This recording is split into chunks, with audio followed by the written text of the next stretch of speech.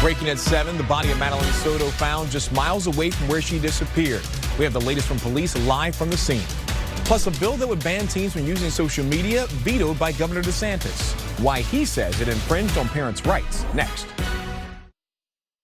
Tonight's primetime lineup on WESH 2 is sponsored by Orlando Health Heart and Vascular Institute, ranked best in Central Florida for heart care by U.S. News and World Report. WESH 2 News starts now with breaking news. We have a heartbreaking update tonight in the search for a missing teenager. The body of 13-year-old Madeline Soto has now been found. Osceola County Sheriff's Office search teams found her remains off Hickory Tree Road around 4:30 this afternoon. Tonight, her mother's boyfriend, the prime suspect, is behind bars. We have live team coverage for you tonight. Paula Tristan Arruda is at a vigil being held for Maddie near Hunter Creek Middle School, where she went to school. But first, Luana Munoz is live for us in St. Cloud, where her remains were found. Luana.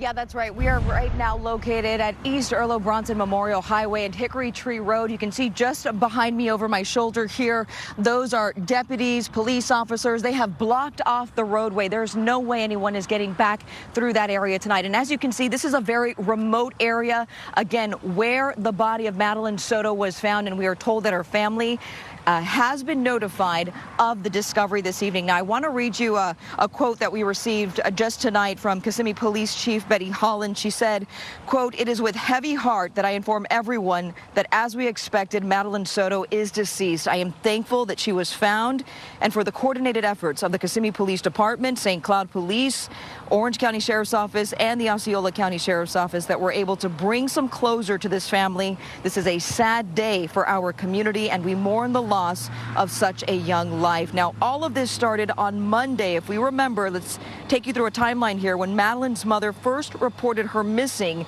that was after Madeline's mother's boyfriend had apparently or allegedly dropped her off at school that morning.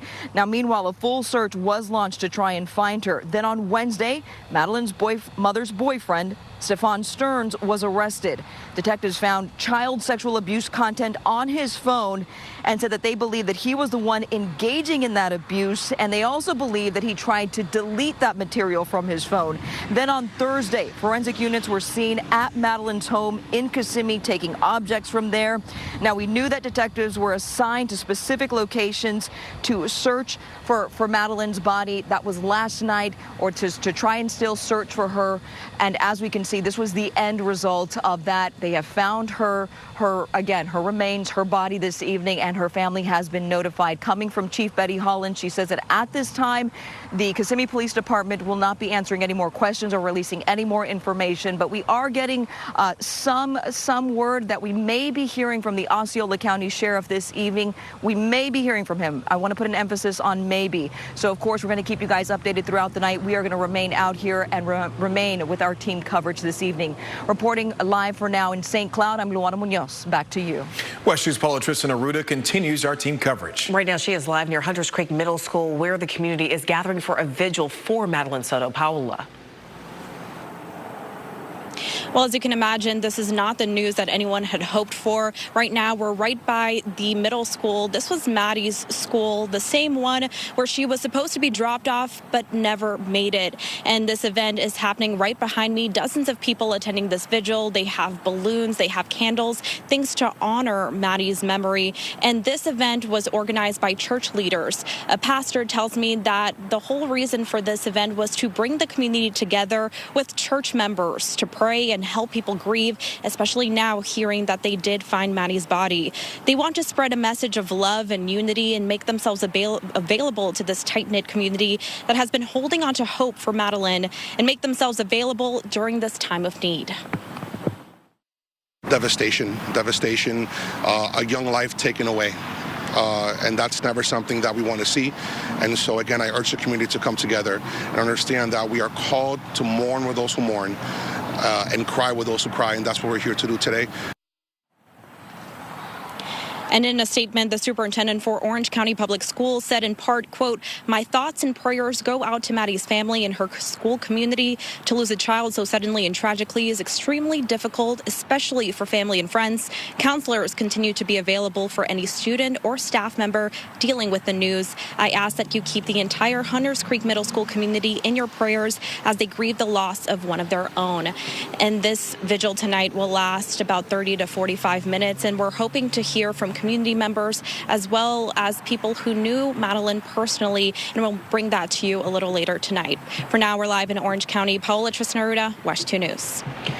Crime Line is urging anyone who may have video or remember seeing Madeline Soto, Stephon Stearns, or his car to call them at 1-800-423-TIPS. We are staying on top of this tragic story tonight. To get notified of any other breaking updates, that is available to you on air and online at WESH.com. And you can also download our free WESH News mobile app. Kauai police say a man is charged with first-degree murder, accused of stabbing a woman to death. This happened around 7:30 this morning at the plaza where Planet Fitness is located on West Colonial Drive in Kauai. Police say that Shannon Wright King stabbed Jessica Steigelman near her SUV.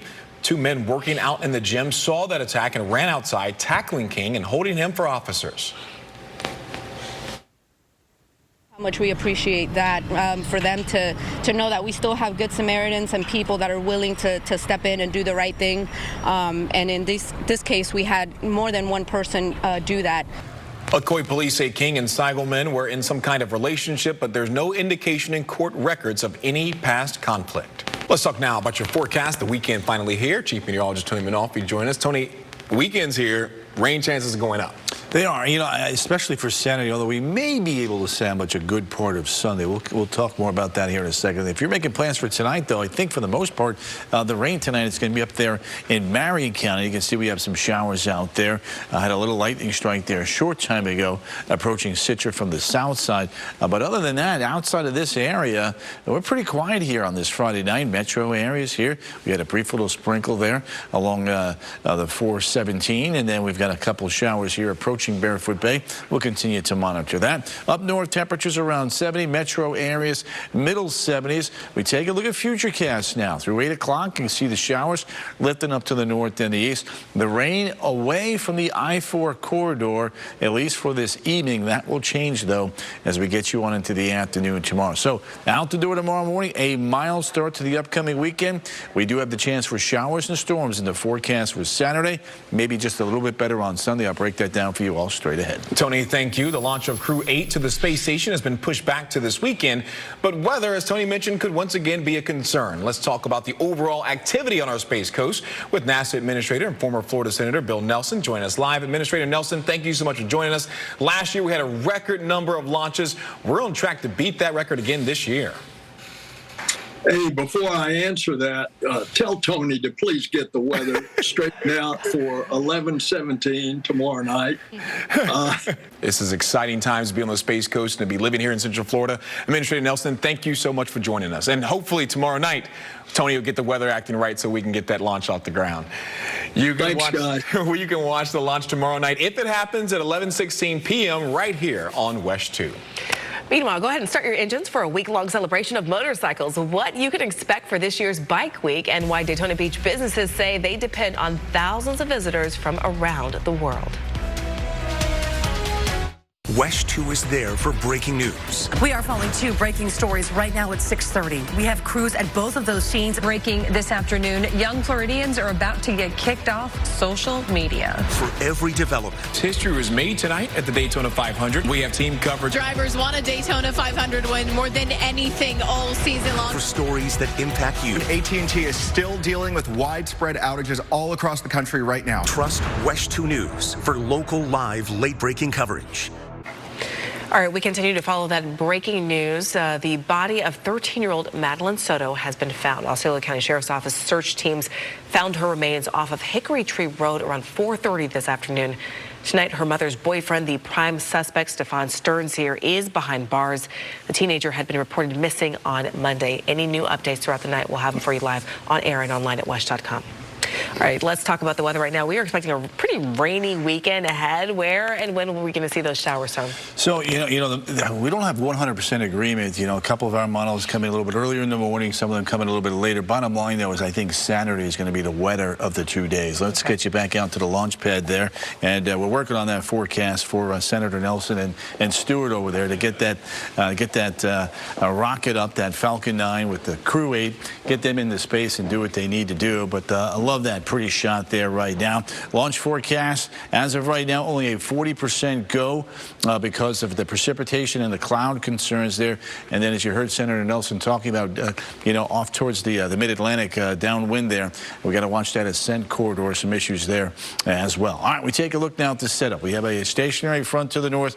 We're in the warm sector. We jump back up into the 80s today. We've had a couple spotty showers out there up to the north, and these are continuing to linger just north of Astor, approaching the Citra area right now. Again, no lightning now. We had a 1 or 2 lightning strikes there earlier, but other than that, things are pretty quiet here across central Florida. A few showers have been popping up here south and east of Grand Valcaria and Mico, kind of scraping the coast here. So we'll watch the trends on that as we get deeper into the evening. Temperatures area-wide right now ranging from 70 to about 76 degrees. Again, very warm for the beginning of March for this time of the evening. As you can see, a few spotty showers out there the next couple of hours. But notice where the corridor of the rain is tonight. Well north and west of the I-4 corridor there. And the temperatures out the door tomorrow morning, 62 to about 66 degrees. 12-hour forecast for Daytona Beach. A little bit of sunshine, a little bit of heating, and that will allow for some afternoon showers and thunderstorms to get going up there in Daytona Beach. Wouldn't be surprised if we have a couple clouds of thunder as well over towards the beautiful city of Melbourne. Temperatures here approaching the 80-degree mark very late in the day. So here's the setup. Front nearby, lots of moisture. It kind of carries over on into Sunday, but I'm hoping on Sunday the main axis of moisture is going to be south and west of the Kennedy Space Center. Fingers crossed on that.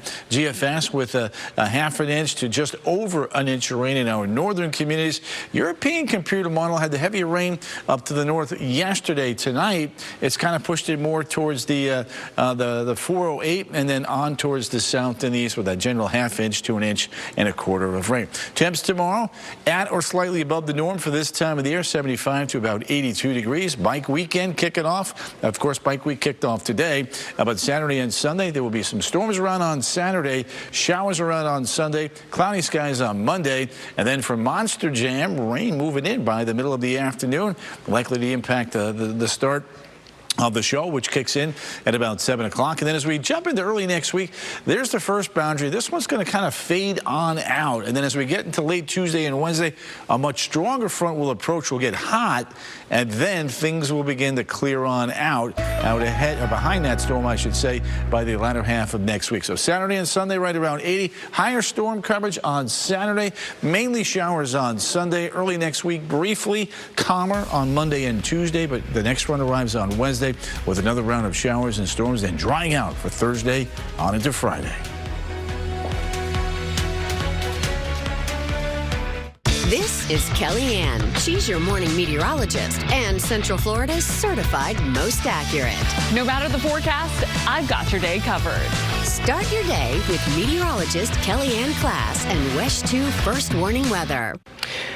Right now, we are following some more breaking news right now. There are some lane closures that we want to tell you about on I-4. Take a look here. This is I-4 westbound right before Maitland Boulevard in Orange County. This is happening because of a crash. So if you're heading in that area, expect some delays, but better yet, if you can avoid it, you probably should do that for a little bit as well. In Marion County, 6 children had to be taken to the hospital after their school bus crashed into a minivan. This is along Northeast Highway 315 in Fort McCoy. It is not clear how those students are doing this tonight. The driver of the minivan was also taken to the hospital. We'll get you updates throughout this evening. Bikers are rumbling through Central Florida this weekend. Yeah, that's because it's the first day of Bike Week. People coming to Daytona Beach from all over the world to celebrate their love of motorcycles. This is the 83rd time Daytona has hosted this week-long celebration, and local businesses say they have come to depend on it. Bike Week is very important to us. If we didn't have Bike Week, we wouldn't be able to survive. So it pays for 11 months of the year in bills. Daytona Beach police have also increased their patrols, being sure to keep everyone safe. Bike Week runs through March 10th. Monster Jam returns to Camping World Stadium tomorrow night. I will be there. Because my kids want to be there. Yep. Yes. Chopper 2 caught some of the setup earlier today. The one-night-only event features some of the best drivers in the world behind the wheel of the world's most famous monster trucks, including, as you saw there, Gravedigger. There's Megalodon. I literally know all the names at this point. Tickets are still available right now. The fun kicks off at 7. The pit pass starts at 2:30, so we may see you there early. All right, it's known for its musical acts, thrilling rides, and of course, everything strawberries. The 2024 Florida Strawberry Festival in Plant City is happening right now through March 10th also. The tradition started almost 100 years ago when then residents made the festival to promote their biggest crop. Headliners for the event are Foreigner, Flo Rida, and ZZ Top. I heard the Black Eyed Peas are going to be performing out there too. Okay. Now you know. Bad, yeah. Tonight at 10 and 11, our team coverage continues in the Madeline Soto investigation. Yeah, search crews found her body in a wooded area this afternoon. The 13-year-old was reported missing on Monday. Right now, there is a vigil that's taking place to remember her in Orange County. Plus, we'll take you through the week-long investigation that got us to this point, including the charges now filed against her mother's boyfriend. And new tonight, we're hearing from a former student of a Florida reform school known for physical and sexual abuse. What he is saying about a bill that will compensate those victims decades later. That does it for now. Join us again at 10 on CW18 and 11 right here on WESH 2. But we are always online at WESH.com or by using our free WESH News mobile app. Have a good night. Thank you for watching WESH 2 News. Get caught up on local news, originals, and more. Download the Very Local app and stream for free on Amazon Fire TV, Roku, iOS, and Android mobile devices. Amazon Prime's news. Everything is done right. So please, other than that, I really don't have much more to add to this. I just really want to thank you all for being here. It's an active investigation. We'll probably be out here for some time. I can't give you an exact time frame. It could be an hour, 2 hours, 3 hours. But the chief did say she was going to hold a press conference as soon as she had a little bit more information, making it a little bit more solid that we are dealing with what everyone is assuming that we are dealing with. Okay? Thank you. About the investigation, but can you just, respond as a community that this has been a really difficult case for a lot of people to see, the outcome? Well, of course, you have a victim, and you know what? If that's not our victim, it's a human being potentially laying there. So anytime we have things like this, of course, it's going to be very emotional and very sad. But like I said, these cases are very delicate, and we don't want to sit here and